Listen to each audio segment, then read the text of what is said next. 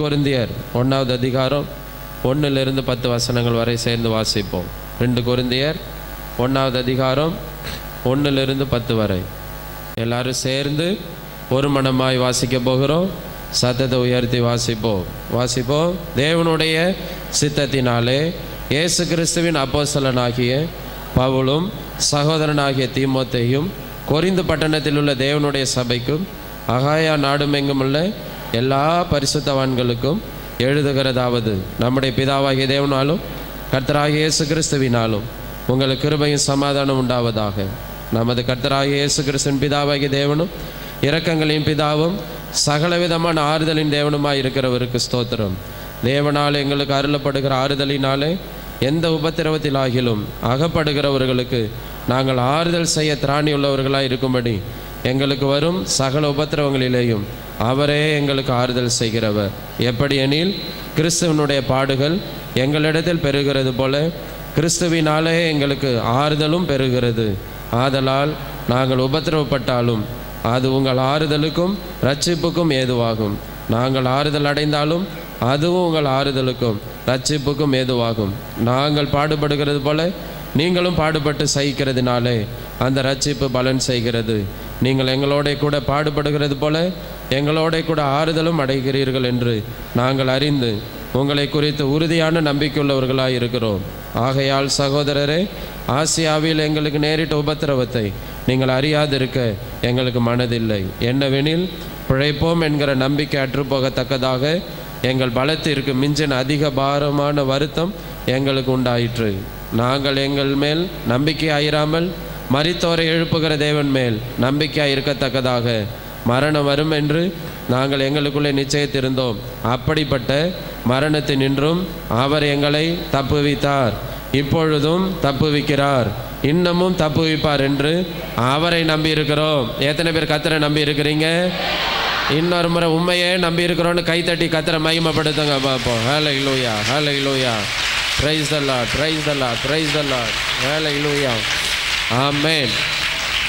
இன்னொரு தடவை கேட்குறேன், ஆண்டவரை எத்தனை பேர் முழுமையாக நம்புறீங்க?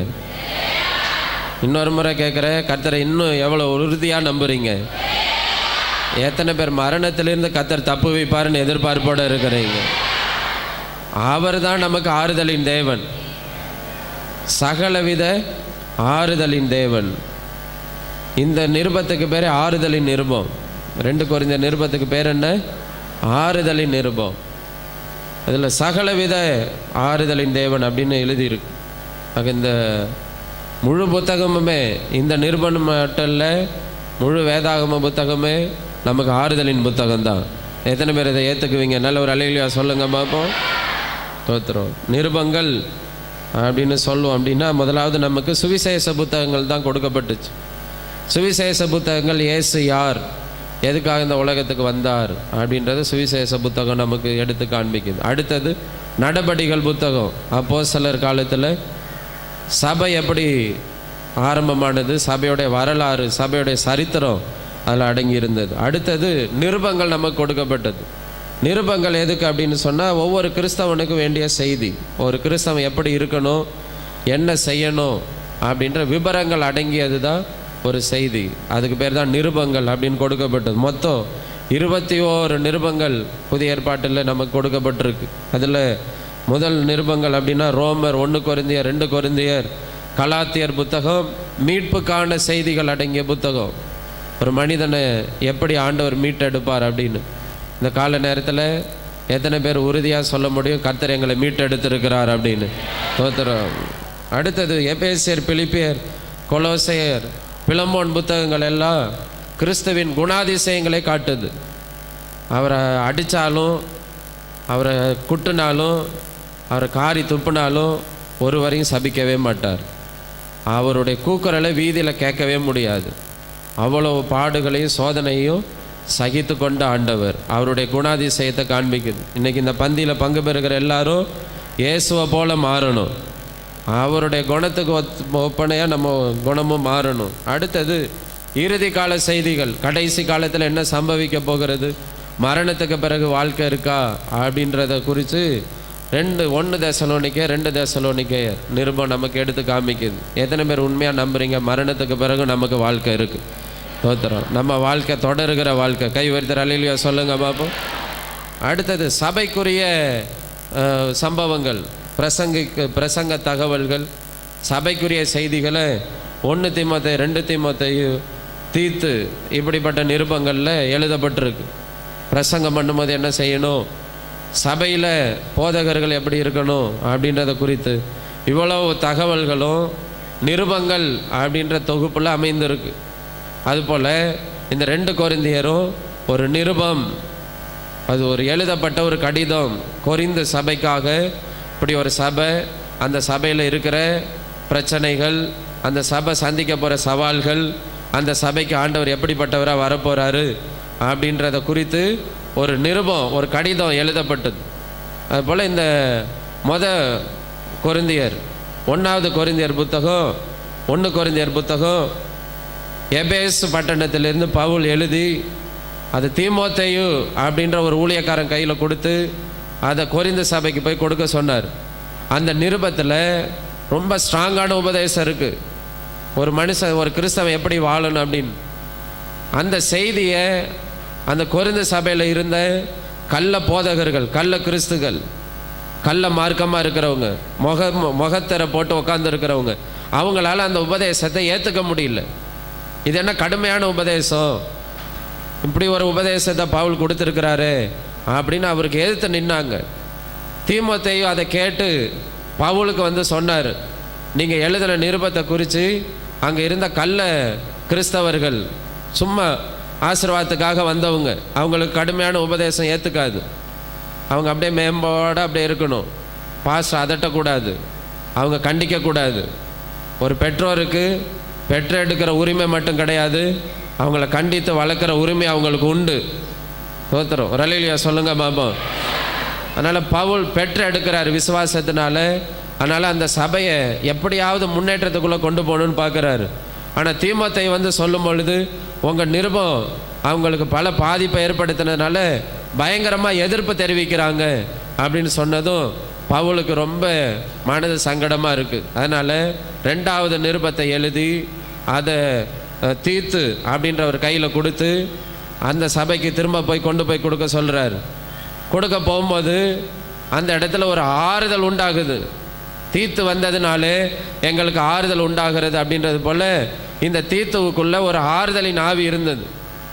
அவர் அந்த சபைக்கு போய் அந்த நிருபத்தை கொடுக்கும்போது அங்கே உள்ள சிலர் என்ன பண்ணாங்க, நாங்கள் அந்த நிருபத்துக்கு நிருபத்துக்கு அந்த ஊழியக்காரருக்கு எதிர்த்து நின்னது தப்பு தான், நாங்கள் அதை தவறாக நின்றுட்டோம், இனிமேல் நாங்கள் அப்படி இருக்க மாட்டோம், இந்த கர்த்தருடைய உபதேசத்துக்கு கீழ்ப்படிவோம் அப்படின்னு அந்த தீத்துக்கிட்ட சொன்னாங்க.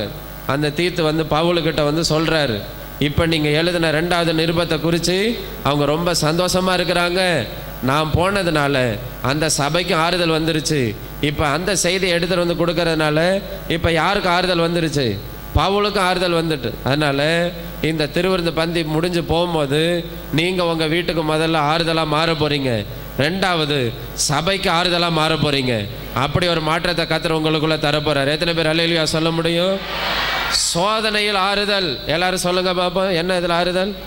சோதனை நேரத்தில் ஆறுதல். பேதுருடைய பாதத்தில் எல்லாரும் காணிக்க வச்சாங்க, நிலங்களெல்லாம் விற்றாங்க, காணியாட்சிகள்லாம் விற்றாங்க. அங்கே அனனியா சப்பிரால் அப்படின்றவங்க அந்த காணிக்கை ஏமாத்துறதுக்காக திட்டம் பண்ணுறாங்க. திட்டம் பண்ணவங்க ஆண்டவருடைய சமூகத்தில் செத்து கிடந்தாங்க. அவங்கள ஆண்டவர் அடித்தார். ஏமாத்துறதுனால பேதுருடைய உள்ளம் ரொம்ப பாதிக்கப்பட்டுச்சு. ஆனால் அனனியா சப்பிராலை குறித்து எழுதின அந்த அதிகாரத்துக்கு அதிகாரத்தில் ஆறுதலின் மகன் என்று பெயர் கொண்ட பர்னபா என்பவர் நல்ல உண்மையான காணிக்கையை பேதுருவுடைய பாதத்தில் கொண்டு வைத்தான். பேதுரு ஒரு பக்கம் ஜனங்க ஏமாத்துறாங்களேன்ற ஒரு துக்கத்தில் இருக்கும்போது ஆறுதலின் மகன் என்று பெயர் கொண்ட பர்னபா என்ற ஒரு பையன் ஒருவர் எழுந்து ஆண்டவருக்காக உதாரத்துவமாக கொடுக்கும்போது துக்கம் அடைந்திருந்த பவுல் ஆறுதல் அடைந்தான். இன்னைக்கு உங்கள் துக்கத்தின் நடுவில் கர்த்தர் பல ஆறுதல்களை கொண்டு வருவார். எத்தனை பேர் ஆமேன்னு சொல்லுவீங்க? பலர் எங்களை ஒரு விதமாக பேசுகிறாங்க, புரிஞ்சிக்கல அப்படின்னு நீங்கள் பயங்கரமாக உங்கள் உள்ளத்துக்குள்ளே புழுங்கி கொண்டு வெளியில் சொல்ல முடியாமல் தவித்து கொண்டு உள்ளுக்குள்ளே அழுது கொண்டே இருக்கலாம். ஆனால் உங்களுக்கு பர்னபா என்ற ஒருவனால் வரும் ஆறுதல், தீத்து என்கிற ஒருவனால் உங்களுக்கு ஆறுதல் உண்டு. இந்த திருவிருந்து பந்திக்கு வந்த உங்களுக்கு கர்த்தருடைய வார்த்தையினால் மிகுந்த ஆறுதல்கள் பெருகும். ஸ்தோத்திரம். நல்ல கைவர்த்தி அல்லேலூயா சொல்லக்கூடாதா? ஸ்தோத்திரம். சத்தமாக சொல்லுங்கள் அல்லேலூயா. இது ஆறுதலின் நிருபம் அப்படின்னு சொன்னேன். ஏன் இது ஆறுதலின் நிருபம் அப்படின்னா, இந்த நிருபம் ஆரம்பிக்கும் போது ஆறுதல் அப்படின்னு தான் ஆரம்பிக்கும்.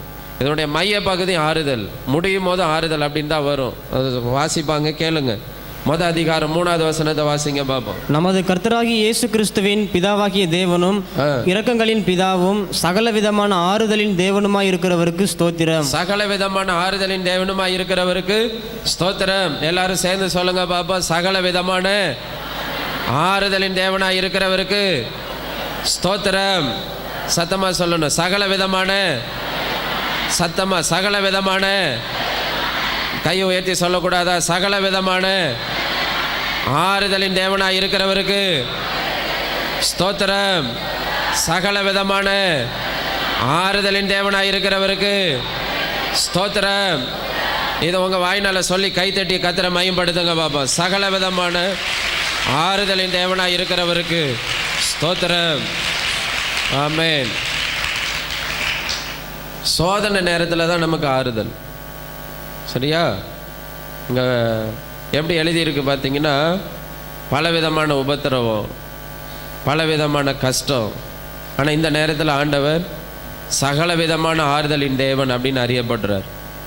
அது மட்டும் இல்லை, 7வது அதிகாரம் 5வது 6வது வசனத்தில் எப்படி எழுதியிருக்கு? எப்படி என்றால், நாங்கள் மக்கதோனியா நாட்டிலே வந்தபோது எங்கள் சரீரத்திற்கு இளைப்பாறுதல் ஒன்றும் இல்லாமல் எப்பக்கத்திலேயும் உபத்திரவப்பட்டோம். புறம்பே போராட்டங்களும் உள்ளே பயங்களும் இருந்தன. இங்க நல்லா கவனிங்க, எப்படி எழுதியிருக்கு? வெளியில போராட்டம், உள்ள பயம். சொல்லுங்க பாப்பா. வெளியில என்ன போராட்டம், உள்ள பயம். எத்தனை பேர் இந்த மாதிரி வந்து உட்காந்துருக்கீங்க ஆண்டவர் சமூகத்தில்? வெளியில் போராட்டம், உள்ள என்னது பயம். நான் இப்போ திரும்ப வீட்டுக்கு போகணும், திரும்ப உலகத்துக்கு போகணும். இந்த 2 மணி நேரம் தான். இது முடிஞ்ச உடனே எங்களுக்கு ராவு காலம் ஆரம்பிச்சிடும். திரும்பவும் பழைய போராட்டத்துக்குள்ளே போகிறோம். ஆனால் இந்த ஆராதனை முடிஞ்சு போகும்போது அப்படி சொல்லிட்டு போகக்கூடாது. அடுத்த வசனத்தை எல்லாரும் சேர்ந்து வாசிங்க பார்ப்போம். ஆகிலும் சிறுமைப்பட்டவர்களுக்கு ஆறுதல் செய்கிற தேவன் தீத்து வந்ததினாலே எங்களுக்கு ஆறுதல் செய்தார். சிறுமைப்பட்டவர்களுக்கு ஆறுதல் செய்கிற தேவன் தீத்து வந்ததினாலே எங்களுக்கு என்ன செய்தார்? ஆறுதல் செய்தார். சிறுமைப்பட்டவர்களுக்கு ஆறுதல் செய்கிற தேவன். சொல்லுங்க பாப்போம். இன்னொரு தடவை சொல்லுங்க பாப்போம். இன்னொரு தடவை சொல்லுங்க பாப்போம். யார் சிறுமைப்பட்டவங்க? வெளியில் போராட்டம், உள்ள பயத்தோடு இருக்கிறவங்க. இவங்களுக்கு ஆண்டவர் என்ன சொல்கிறாரு? சிறுமைப்பட்டவர்களுக்கு என்ன செய்வேன்? ஆறுதல் செய்வேன். ஆக இந்த 2வது ஆராதனை உட்கார்ந்துருக்கிற உங்கள் எல்லாருக்கும் பெரிய ஆறுதல் உண்டு. இயேசுனுடைய ஆறுதல் உங்களுக்கு பெருகும். அல்லேலூயா. அடுத்தது 13வது அதிகாரம் 11. கடைசியாக சகோதரரே, சந்தோஷமாயிருங்கள், நற்சீர் பொருந்துங்கள். சந்தோஷமாயிருங்கள். எப்படி எழுதியிருக்கு பாருங்க.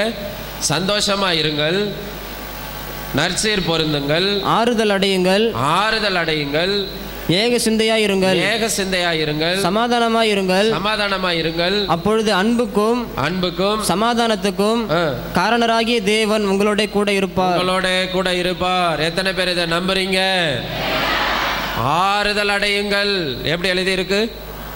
ஆறுதல் அடையுங்கள்.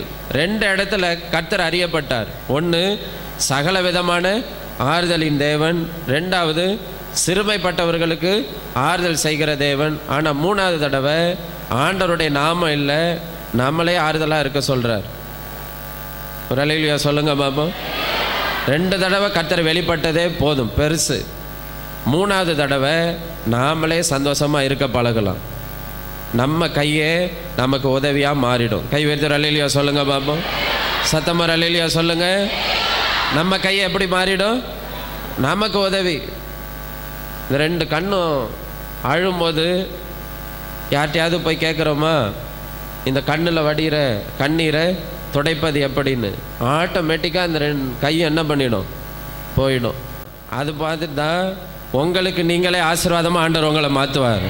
ஸ்தோத்திரம். கை உயர்த்தி நல்ல ஒரு அல்லேலூயா சொல்லுங்க பாப்பா. நீங்கள் என்ன நினைக்கிறீங்க, நான் ஏன் பிறந்தேன், நான் யாருக்கு ஆசீர்வாதம், என்னால் எனக்கு நல்லது நடக்குதா அப்படின்னு? இல்லை, உங்களுக்கு நீங்களே ஆசீர்வாதமாக மாற்றுறதுக்கு தான் கர்த்தர் அருமையான பந்தியை நமக்கு கொடுத்துருக்கிறார். கை உயர்த்தி அல்லேலூயா சொல்லுங்க பாப்போம். அல்லேலூயா ஸ்தோத்திரம். ஆண்டவர் 2 முறை வெளிப்பட்டார், நான் ஆறுதலின் தேவன், ஆறுதலின் தேவன். 3ஆவது தடவை சொல்கிறார், ஆறுதல் அடையுங்கள். ஸ்தோத்திரம். உங்களுக்கு நீங்களே பிரயோஜனம், உங்களை நீங்களே தேத்திக்கணும். நிறைய நேரத்தில் யாரும் இல்லை, இந்த நேரத்தில் யார் எங்களை பார்க்குறா, ஊழியக்காரங்க கூட இல்லையே, ஐயோ எனக்கு அவங்க இல்லையே இவங்க இல்லையே. இல்லை, யார் உங்கள் கூட இருக்கிறாங்களோ இல்லையோ, உங்களோட வசனம் இருக்குது, உங்களோட ஆண்டவர் நிற்கிறாரு.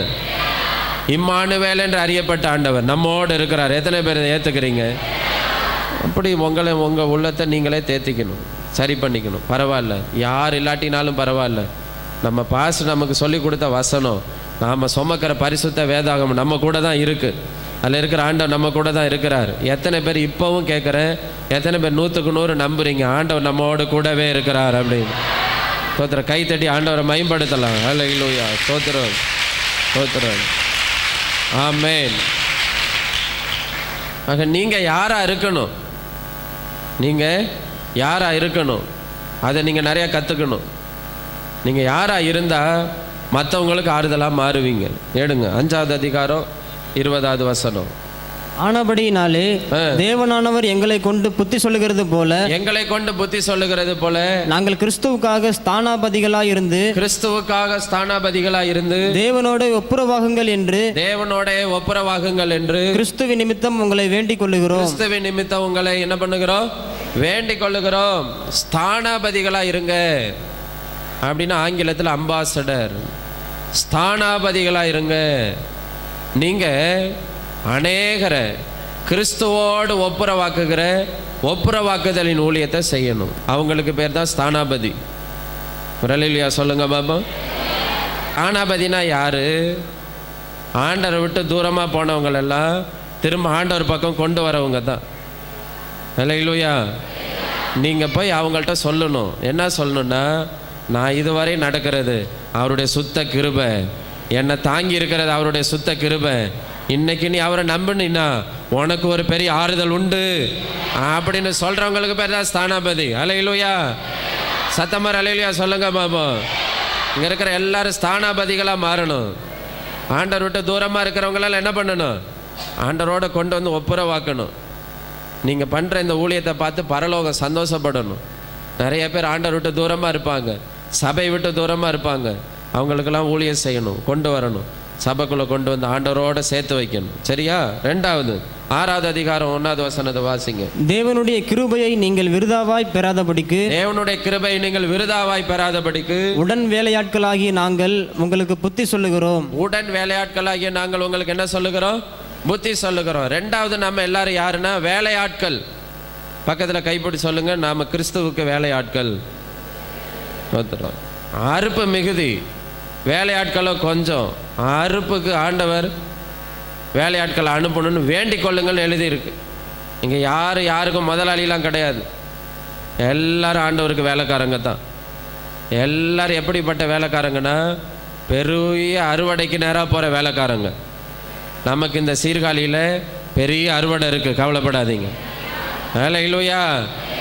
ஆத்தும அறுவடை இருக்குது, வயல்வெளியின் பலனும் இருக்குது. வயல்வெளிலாம் இப்படி ரொம்ப மோசமாக இருக்கலாம், ஆனால் நீங்கள் நல்லா தொடர்ந்து ஜெபம் பண்ணுங்க, இதே தஞ்சாவூர் மாவட்டம் திரும்பவும் செழிப்பதற்கு கர்த்தர் கிருபை பாராட்டுவார்.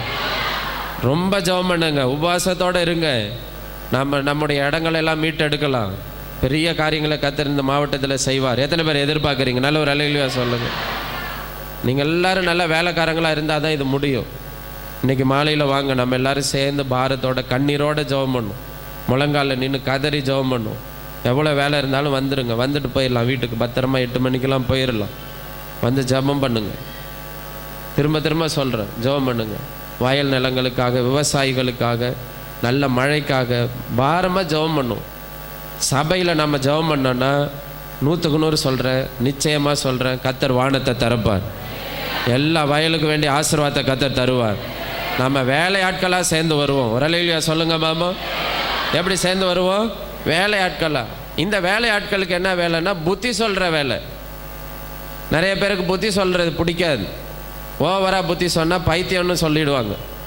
அது ஏதோ பைத்தியம் வளருது, நீ வந்துரு அப்படிம்பாங்க. ஆனால் அதுக்காக நம்ம புத்தி சொல்லாமலாம் இருக்கவே கூடாது, சொல்லிக்கிட்டே இருக்கணும். நம்மளை லூசுன்னு சொன்னாலும் சொல்லிக்கிட்டே இருக்கணும், பைத்தியம்னு சொன்னாலும் சொல்லிக்கிட்டே இருக்கணும், புத்தி சொல்லிக்கிட்டே இருக்கணும். செய்கிறது தப்பு, சரியில்லை சரியில்லை, கேட்டாலும் பரவாயில்ல கேட்காட்டினாலும் பரவாயில்ல, நமக்குள்ளே இருக்கிற அபிஷேகத்தின்படி நம்ம சொல்லிக்கிட்டே இருக்கணும். செய்கிறது தப்பு தப்பு தப்பு, சரியில்லை சரியில்லை, அது ஏதோ லூஸு வளருது வளரிட்டு போகணும், பரவாயில்ல, தப்பு தப்பு தப்பு தப்பு தப்புன்னு சொல்லிக்கிட்டே இருக்கணும். ஒரு நாள் உணர்ந்து சொல்லும், நீ அன்னைக்கு சொன்னது கரெக்டு தான், அன்னைக்கு நான் கேட்கல. நீங்கள் கிறிஸ்துவின் உடன் வேலையாட்களாக இருந்தால் பைத்தியங்குழின்னு பேர் வாங்கினாலும் லூசுன்னு பேர் வாங்கினாலும் புத்தி சொல்லிக்கிட்டே இருக்கணும். பாவத்தின் சம்பளம் மரணம், புத்தி சொல்லிக்கிட்டே இருக்கணும், புத்தி சொல்லிக்கிட்டே இருக்கணும். பாவம் பண்ணாத, பாவம் பண்ணாத, பாவத்தில் இருக்காத, பாவம் செஞ்சு செஞ்சு மூடி மறைக்காத, ஜாக்கிரதையாயிரு ஜாக்கிரதையாயிரு, நீ நல்ல பிள்ளையா மாறிடு, உன் உள்ளத்தை ஆண்டவருக்கு கொடுத்துருன்னு புத்தி சொல்லிக்கிட்டே இருக்கணும், விடவே கூடாது. கை வச்சு அலையிலையா சொல்லுங்க மாமா. ஒருவருக்கு ஒருவர் என்ன பண்ணிக்கிட்டே இருக்கணும், புத்தி சொல்லிக்கிட்டே இருக்கணும். நீங்கள் இப்படி இருங்க அப்படி இருங்கன்னு புத்தி சொல்லணும். அடுத்தது 6வது அதிகாரம் 3வது வசனத்தை வாசிங்க. இந்த ஊழியம் குற்றப்படாதபடிக்கு, இந்த ஊழியம் குற்றப்படாதபடிக்கு நாங்கள் யாதொன்றிலும் இடரல் உண்டாக்காமல் எவ்விதத்தினாலேயும் எங்களை தேவ ஊழியக்காரராக விளங்க பண்ணுகிறோம். தேவ ஊழியக்காரராக விளங்க பண்ணுகிறோம். 3வது நாம யாருன்னா தேவனுடைய ஊழியத்தை செய்கிறவங்க. ரலிலியா சொல்லக்கூடாதா? முதலாவது ஸ்தானாபதிகள், 2வது வேலையாட்கள், 3வது யாரு? தேவனுடைய ஊழியக்காரங்க. தேவனுடைய வேலையை செய்கிறோம்.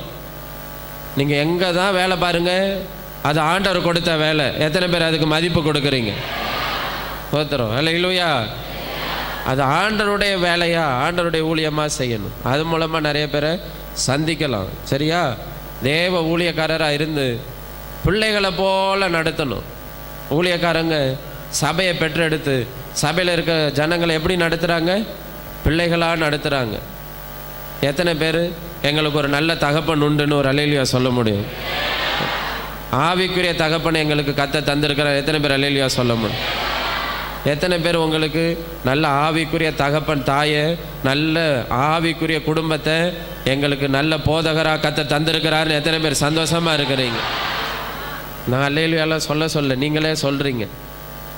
கேட்க ரொம்ப சந்தோஷமாக இருக்குது. நாங்கள் குடும்பமாக உங்களுக்கு ஊழியம் செய்ய நாங்கள் கொடுத்து வச்சுருக்கணும். கர்த்தர் எங்களுக்கு கொடுத்த பெரிய ஆசீர்வாதம், பெரிய கிருபையாக நான் உணர்றேன். அதனால் திரும்ப இந்த சபைக்கு சொல்கிறேன், உங்கள் எல்லாருக்கும் சொல்கிறேன், உங்களுக்கு ஒரு குறையும் வராது. சகல விதத்தில் கர்த்தர் உங்களுக்கு ஆறுதல் தந்து உங்களை ஆசீர்வதிப்பார். அல்லேலூயா. பக்கத்தில் நெருக்கப்பட்டாலும் கர்த்தர் உங்களை ஒடுங்கி போக விடவே மாட்டார். எவ்வளவு சோதனை வந்தாலும் உங்களுக்குள்ள ஆறுதல் பெருகும்படி கர்த்தர் கிருபை பாராட்டுவார். தேவ அபிஷேகத்தை உணர்றவங்க கைத்தட்டி நல்ல ஆவியில் நிரம்பி ஜெபம் பண்ணுங்க. நல்ல நல்ல நல்ல நல்ல நல்ல நல்ல ஹல்லேலூயா ஹல்லேலூயா. Praise the Lord. ஆமென். ஆவிக்குரிய தகப்பனாக இருப்பது எப்படி? ஆபிரகாம் தன்னுடைய மனைவியை இழந்து போனார். மனைவி என்ன பண்ணார்? மரிச்சு போயிட்டாங்க. சாராள் மரிச்சிட்டாங்க. சாராள் மரிச்சதுனால ஈசாக்குக்கு கொடுக்க வேண்டிய ஆசீர்வாதத்தை தடை பண்ணிட்டு, நான் என் மனைவியை இழந்திருக்கேன், இப்போ எங்கே உனக்கு ஆசீர்வாதம் தேடுறது, ஒரு 10 வருஷம் அப்படியே சும்மா கடை அப்படின்லாம் விடல. பரவாயில்ல, நமக்கு எவ்வளோ குறை வந்தாலும் பரவாயில்ல, பிள்ளை ஆசீர்வாதமாக இருக்கணும்னு ஈசாக்குக்கு பெண் தேட ஆரம்பித்தான். பெண் தேடினாங்க, திருமணம் பண்ணாங்க. அங்கே ஈசாக்கு குறித்து எழுதியிருக்கு, தன் தாய்க்காக துக்கம் நீங்கி ரெபேக்காலோட சந்தோஷமாக இருந்தான்னு எழுதியிருக்கு. சாக்கு போக்கு சொல்லிட்டு, எனக்கே நான் கஷ்டப்பட்டுட்டு கிடக்கிறேன், இதில் எங்கே உனக்கு நான் ஆறுதல் செய்கிறதுன்னு.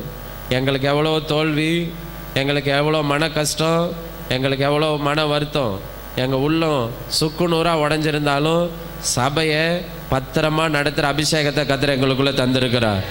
அவர் ஆபிரகாமின் தேவன் என்றால் எங்கள் மூலமாக கர்த்தர் அதை நிரூபித்து காண்பிப்பார். கை வைத்து அல்லேலூயா சொல்லுங்க பாப்போம். அல்லேலூயா. ஆபிரகாம் அந்த சாக்கு போக்கு சொல்லிட்டு, நானே மனைவி இழந்து உக்காந்துருக்கிறேன், இதில் எங்கே உனக்கு கல்யாணம் அப்படிலாம் சொல்ல. எனக்கு எவ்வளோ துக்கம் இருந்தாலும் பரவாயில்ல, என் பிள்ளைங்க சந்தோஷமாக இருக்கணும்னு. அதுபோல் நாங்கள் எவ்வளோ உபத்திரப்பட்டாலும் கஷ்டப்பட்டாலும் பரவாயில்ல, உங்களுக்கு விசேஷித்தமான ஆசீர்வாதத்தை கர்த்தர் அதிகமாக தருவார். சங்கீதம் 94:19 வாசிங்க பார்ப்போம். சங்கீதம் 94. என் உள்ளத்தில் விசாரங்கள் பெருகுகையில், என் உள்ளத்தில் விசாரங்கள் பெருகையில் உம்முடைய ஆறுதல் என் ஆத்மாவுக்கு தேற்றுகிறது. உம்முடைய ஆறுதல் என் ஆத்மாவை தேற்றுகிறது. எல்லாரும் சேர்ந்து வாசிங்க பார்ப்போம். என் உள்ளத்தில் விசாரங்கள் பெருகையில் உம்முடைய ஆறுதல்கள் என் ஆத்மாவை. விசாரணை கவலை, பாரம். நீங்கள் என்ன சொல்கிறீங்க? என் கவலை தாங்க பெருசு, என் பாரம் தாங்க பெருசுன்றீங்க. ஆனால் ஆண்டவர் என்ன சொல்கிறாரு? அந்த பாரத்தை விட கவலையை விட நான் கொடுக்குற ஆறுதல் தான் பெருசுன்னு ஆண்டவர் சொல்கிறார். எத்தனை பேர் கண்ணுக்கு கர்த்தர் கொடுக்குற ஆறுதல் தான் பெருசாக தெரியுது? எத்தனை பேருக்கு கர்த்தருடைய வார்த்தை தான் பெருசாக தெரியுது? எத்தனை பேருக்கு கர்த்தருடைய அபிஷேகம் தான் பெருசாக தெரியுது? எத்தனை பேருக்கு ஆலயம் தான் பெருசாக தெரியுது? எத்தனை பேர் அந்த சிங்காசனம் தான் பெருசாக தெரியுது? கைத்தட்டி ஆவியில் நிரம்பி ஜெபம் பண்ணலாம். ஜெபிங்க ஜெபிங்க ஜெபிங்க ஜெபிங்க. நல்ல ஆவியில் நிரம்பி, நல்ல அந்நிய பாஷை பேசி, நல்லா வெளியில் இருக்கிறவங்கள நல்லா ஜெபம் பண்ணுங்க. ஹல்லேலூயா, பிரைஸ் தி லார்ட், ஆமென். ஆவிக்குரிய தகப்பனா மட்டும் இருக்கக்கூடாது. அடுத்தது யாராவும் இருக்கணும் தெரியுமா? ஏசாயா 49:13. வானங்களே கெம்பீரித்து பாடுங்கள், வானங்களே கெம்பீரித்து பாடுங்கள், பூமியே கலிகூறு, பூமியே கலிகூறு, பர்வதங்களே கெம்பீரமாய் முழங்குங்கள், பர்வதங்களே கெம்பீரமாய் முழங்குங்கள். கர்த்தர் தம்முடைய ஜனத்திற்கு ஆறுதல் செய்தார். எத்தனை பேர் ஆமென் சொல்ல முடியும்? கர்த்தர் தம்முடைய ஜனத்துக்கு ஆறுதல் செய்தார். சிறுமைப்பட்டு இருக்கிற தம்முடையவர்கள் மேல் இரக்கமாய் இருப்பார். கர்த்தர் தம்முடைய ஜனத்துக்கு ஆறுதல் செய்தார். யூத ஜனங்கள்லாம் நெருக்கத்தில் நிற்கிறாங்க. நெருக்கப்படுற போது இந்த ஏசாயா மத்தியஸ்தராய், மீடியேட்டர், மத்தியஸ்தராய் ஜனங்களுடைய பாரத்துக்காக திறப்பில் நிற்கிறது போல இங்கே நின்று பரிதபித்து அந்த வருத்தத்தில் இருக்கிறவங்களுக்கு ஒரு ஆறுதலான வசனத்தை கொண்டு வருகிற தீர்க்கதரிசி. சோத்திரம். இன்னைக்கு உங்களை எத்தனை பேர் அந்த மத்தியஸ்த ஊழியத்தை செய்யணும்னு விரும்புகிறீங்க? ஒரு தீர்க்க தரிசன ஊழியம். உங்களுக்கு ஆறுதல் இருக்கோ இல்லையோ, உங்களை பார்க்குறவங்களுக்கு ஒரு ஆறுதலான செய்தி சொல்லணும். அல்லேலூயா, சத்தமர் அல்லேலூயா சொல்லுங்க பாபு. பக்கத்தில் உள்ளவங்க கைப்பிடிச்சு உங்களுக்கு ஆறுதல் உண்டாவதாக சொல்லுங்க. அல்லேலூயா சொல்லுங்க. அல்லேலூயா. கர்த்தர் எங்களுக்கு ஆறுதல். கர்த்தர் எங்கள் பட்சத்தில் இருக்கிறார். மனிதன் எனக்கு என்ன செய்வான்? கர்த்தர் எங்களுக்கு ஆறுதலாக இருக்கிறார். இப்படி ஊழியக்காரங்க மத்தியஸ்தராக நிற்கிறதுனால தான் நமக்கு ஆறுதல் பெருகி கொண்டே இருக்கு. இனி பாவம் செய்யாதீங்க, பாவத்துக்கு டாட்டா சொல்லிடுங்க, எல்லா சாபத்தையும் கர்த்தர் முறியடிக்கணும்னு ஜெபம் பண்ணுங்க. உங்கள் உள்ளத்தில் இதுவரை நிரம்பாத ஆறுதலை கர்த்தர் கொண்டு வந்த நிரப்ப வல்லமையுள்ளவராக இருக்கிறார். நீங்கள் தனியாக இருக்கலாம், தனி மனுஷியாக வாழலாம், தனி மனிதனாக வாழ்ந்து கொண்டு இருக்கலாம். இன்றையிலிருந்து கர்த்தருடைய ஆறுதல் உங்களுக்கு அதிகமாய் பெருகும், அதிகமாய் பெருகும். ஒருவேளை பரீட்சை எழுதி தோற்று போய் உட்காந்துருக்கலாம். இந்த உலகத்தில் எங்கேயும் ஆறுதல் இல்லாமல் இருக்கலாம். உங்களுக்கு ஒரு ஆறுதல் உண்டு. உங்களை கர்த்தர் உயர்த்துவார். எபிரேயர் 9:15 கிறிஸ்துவ குறித்து எழுதியிருக்கு. இயேசு கிறிஸ்துவும் மத்தியஸ்தராய் அழைக்கப்பட்டவர்களை நித்திய சுதந்திரம் அடைவதற்கு இயேசு கிறிஸ்து புதிய உடன்படிக்கையின் மத்தியஸ்தராய் இருக்கிறார். பரலோகத்தில் பிதாவின் வலது பார்சத்தில் போய் உட்கார்ந்து மத்தியஸ்தராய் சபையையும் ஆண்டவரையும் ஒன்றா இணைக்கிறதுக்கு சபைக்காக ஆண்டவர் பரிந்து பேசிக்கிட்டே இருக்கிறார். ஊழியக்காரங்களுக்கு ஆண்டவர் பரிந்து பேசிக்கிட்டே இருக்கிறார். எங்கே இருக்கிற அத்தனை பேருக்காகவும் இயேசு பரிந்து பேசிக்கொண்டே இருக்கிறார். எனக்காக ஜபிக்கிறாரா அப்படின்னு கேட்டால் ஆமாம், உங்களுக்காக கர்த்தர் இன்றைக்கும் பாரத்தோட ஜெபம் பண்ணி கொண்டு தான் இருக்கிறார். எத்தனை பேர் இதை நம்புறீங்க? அல்லேலூயா. அவருடைய வருகையில் நீங்கள் வேணால் கேட்கலாம், ஆண்டவரே ஒரே ஒரு கேள்வி, எனக்காக நான் உலகத்தில் இருக்குமா எனக்காக ஜெபம் பண்ணீங்களா அப்படின்னு கேட்டு பாருங்கள்.